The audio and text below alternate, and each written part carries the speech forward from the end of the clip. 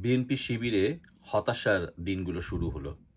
একদম রাখঢাক না রেখেই বলছি, হ্যাঁ, যে রাতটি পার হলো, যে দিনটি পার হলো ৩১ অক্টোবর, বেশ কিছু ঘটনাবহুল দিন।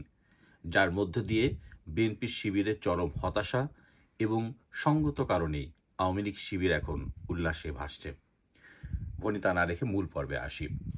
আপনারা নিশ্চয়ই জেনেছেন যে ভারতের সাথে মার্কিন যুক্তরাষ্ট্রের নতুন যে প্রতিরক্ষা চুক্তি হয়েছে এবং সাথে সাথে কিন্তু শুল্ক হারও কমিয়ে ফেলেছে। এটির ফলে কিন্তু ভারত তাদের যে ডিপ স্টেট যে পরিকল্পনা সেটি থেকে সরে এসেছে এবং এই অঞ্চলের সবকিছু দেখভালের দায়িত্ব মার্কিন যুক্তরাষ্ট্র দিয়েছে ভারতকে। ভারতীয় বিনিময়ে এই অঞ্চলের যে ভূ রাজনীতি, সেই ভূ রাজনীতি তাদের আধিপত্য বিস্তারে বেশ কিছু যেই সব পরিকল্পনার কথা জানিয়েছে তাতে মার্কিন যুক্তরাষ্ট্র সম্মত হয়েছে। তার ভিতরে যে বেশ অগ্রগতিতে ছিল, ভারত চাইছে যে মার্কিন যুক্তরাষ্ট্রের যে কৌশল সেটি পূরণে ডক্টর ইউনূস একেবারেই ব্যর্থতার পরিচয় দিয়েছে। ভারত মার্কিন যুক্তরাষ্ট্রে বোঝাতে সম্মত হয়েছে শেখ হাসিনাই হচ্ছে সেই ব্যক্তি যে যার নেতৃত্বে আগামীতে আহ, আহ, মার্কিন যুক্তরাষ্ট্রের যে চাওয়া, মার্কিন যুক্তরাষ্ট্রের যেভাবে অগ্রগতি হওয়ার কথা সেটিতে উল্লেখযোগ্য ভূমিকা রাখতে পারে। এ বিষয়ে বেশ ওয়াশিংটন এবং ঢাকার দফা-রফা হচ্ছিল অক্টোবরে, যে জন্য কিন্তু বারবার বলা হচ্ছিল যে অক্টোবর হচ্ছে টার্নিং পয়েন্টের মাস। হয়তো যারা আওয়ামী লীগ শিবিরে আছে তারা হতাশ হতেই পারে, কারণ তারা দৃশ্যত কোনো কিছুই দেখেনি। যে কারণের জন্যই তারা এটিকে শুধু সময় অপচয়ের একটি বা কারণ হিসেবে কিংবা কথার কথা হিসেবে দেখেছে।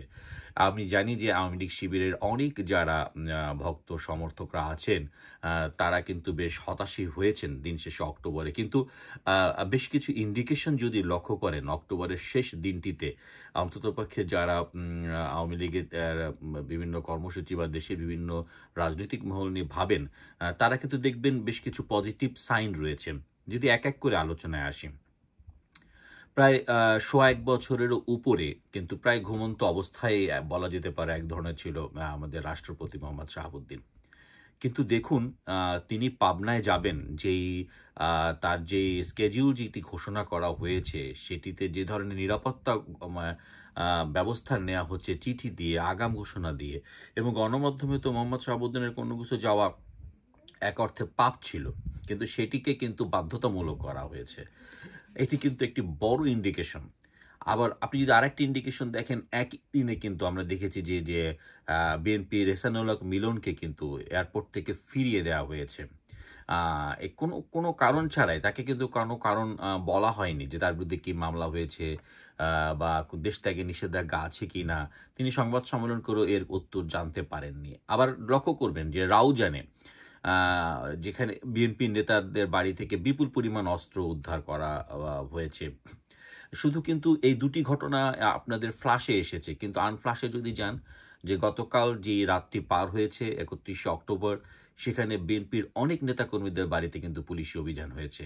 কারণ ডিসিশনটা কিন্তু নেয় হয়েছে ৩০ তারিখে, অর্থাৎ আরেকটি অপারেশন কার্যক্রম হবে যেখানে বিএনপি সম্ভাব্য ১.৫ শতাধিকেরও উপর প্রার্থী এবং তাদের ২-৩ জন যেগুলো রয়েছে, যেগুলো খুবই যারা প্রভাব বিস্তার করে পারেন তাদেরকে গ্রেপ্তার, এবং তাদের যারা মাসলমান রয়েছেন বা তাদের বিভিন্ন এলাকায় যারা নেতৃত্ব দানকারী তাদেরকে এই অভিযানে গ্রেপ্তারের একটি পরিকল্পনা ছক করা হয়েছে। যেই ফাঁদটি জামাতের যে প্রশাসন দীর্ঘদিন ধরে করে রেখেছিলেন। এটা তো জানেন যে এটা একেবারেই ওপেন, যে ডক্টর ইউনূসের যে সরকারটি ছিল সেটি ছিল মূলত জামাত ব্যাকড একটি সরকার।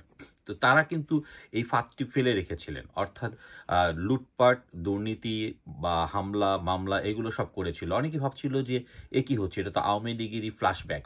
কিন্তু দেখুন, এটি কিন্তু এক একটি করে লিপিবদ্ধ করা হচ্ছিল যে আসলে মোক্ষম সময়ে এর মোক্ষম অবস্থান নেওয়া হবে। ঠিক তাই অলরেডি অপারেশন এর নাম দেওয়া হয়েছে দুটি, পূর্ণাঙ্গ নাম এখন আসেনি, সম্ভবত অপারেশন সামথিং এই নামে এটিকে জোরদার করা হচ্ছে। সেই অনুযায়ী পর্যাপ্ত পরিমাণ সেনা রাখা হয়েছে, পুলিশগুলোকে অ্যালার্ট রাখা হয়েছে। আমরা জানি যে বিএনপি নেতাদের বাড়িতে এরই মধ্যে যে রাত্রি গিয়েছে সেখানে ব্যাপক অলরেডি তাদের বাড়িতে পুলিশের হানা পড়ছে। অর্থাৎ বলা যেতে পারে এটি হচ্ছে বিএনপি শিবিরে, বিএনপি যখন নির্বাচনের প্রস্তুতি নিচ্ছিল তখনই কিন্তু এমন ঘটনা। আমরা অনেকেই বলছিলাম যে কেন তারেক রহমান আশি আশি করে আসছে না, বুলেট প্রুফ গাড়ি কথা বলা হচ্ছে, বাড়ি সাজানো হচ্ছে, তার ওমরার তারিখ বারবার চেঞ্জ করা হচ্ছিল, কিন্তু উনি কিন্তু কখনো ওনার তারিখটি সুনির্দিষ্ট করতে পারেনি। কখনো মানে বারবার তারিখ দেওয়া হয়েছে, 7ই নভেম্বর পর্যন্ত ধরা হয়েছে। অনেকেই বলছে দেখুন 7ই নভেম্বর যদি ফিরেন তাহলে কিন্তু ভাবতে হবে যে হয়তো নির্বাচনের কিছু আছে, কিন্তু যদি না ফেরেন তাহলে ধরে নেন যে এখানে আর কোনো আশার আলো দেখছেন না। তারেক রহমান তো তিনি এই প্রশাসনের সবকিছুই তার কাছেও যায়। আবার একই সময় লক্ষ্য করুন যে শেখ হাসিনার ইন্টারন্যাশনাল যেই মিডিয়ায় তার যে ইন্টারভিউ, এগুলো কিন্তু এমন ভাববার কোনো কারণ নেই যে আওয়ামী লীগের কোনো কৌশল্য হচ্ছে। সোজাসুজি কথা হচ্ছে ভারত সরাসরি প্রভাব বিস্তার করছে। তার মানে হচ্ছে ভূ রাজনীতির খেলাধুলা কিন্তু অলরেডি শুরু হয়ে গেছে।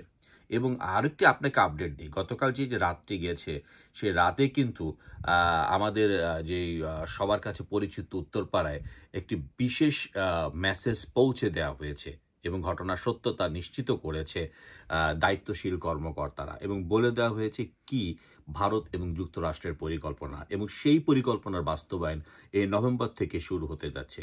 আপনাদের আরও কিছু কথা বলি, আওয়ামী লীগের বেশ কিছু গুরুত্বপূর্ণ নেতাদের বাড়ি কিন্তু এরই মধ্যে পরিষ্কার পরিচ্ছন্ন করা হচ্ছে। উদাহরণস্বরূপ বলা যেতে পারে যে ঢাকার সাবেক মেয়র, দুজন মেয়র, একজন সাইদ খোকন এবং আরেকজন ব্যারিস্টার তাপস, তাদের বাড়িতে কিন্তু নতুন করে সবকিছু পরিষ্কার করে তারপর দেওয়া হচ্ছে। যখন করছে কিন্তু কেন কি জন্য সে কথা কেউ না বললেও ধরেই নেওয়া হচ্ছে পট পরিবর্তন হতেছে। জাহাঙ্গীর কবির নানকের মোহাম্মদপুরের লোকজন বলছে যে সে বাড়িতে কিন্তু নতুন করে দায়িত্বশীল লোকরা দায়িত্ব নিয়েছে। অর্থাৎ একটি পজিটিভ সাইন চারিদিকে দেখা যাচ্ছে। আশা করি যে নভেম্বরটি শুরু হচ্ছে সেই নভেম্বরটির দুটি অংশ, একটি হচ্ছে আওয়ামী লীগের ভীষণভাবে কামব্যাক এবং আরেকটি হচ্ছে বিএনপি শিবিরের চরম হতাশার মাসের শুরু।